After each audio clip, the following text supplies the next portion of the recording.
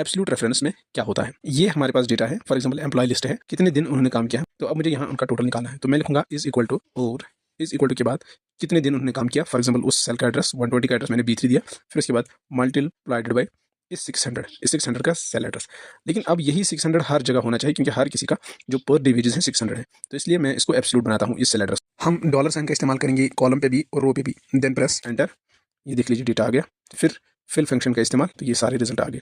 अब अगर हम किसी भी सेल को देखेंगे तो वहाँ सिर्फ हम पहली सेल में B3, सो एब्सोल्यूट रेफरेंस में जब हम फार्मूला सेट करते हैं तो हमने एक सेल को एब्सोल्यूट किया, यानी उसको लॉक कर दिया, उसका कॉलम भी और उसका रो भी, तो उस सेल को हमने लॉक किया। वो हर किसी सेल में जब हम रिजल्ट देखते हैं, देख लीजिए सलमान में B4 और एड्रेस वही C18, और उसके बाद आकाश में B5 मल्टीप्लाइड बाई C18, फिर उसके बाद B6 मल्टीप्लाइड बाई C18, उसके बाद B7 मल्टीप्लाइड बाई C18, यानी C18 हर जगह सेम रहा, वो चेंज नहीं हो जाएगा इन एब्सोल्यूट रेफरेंस।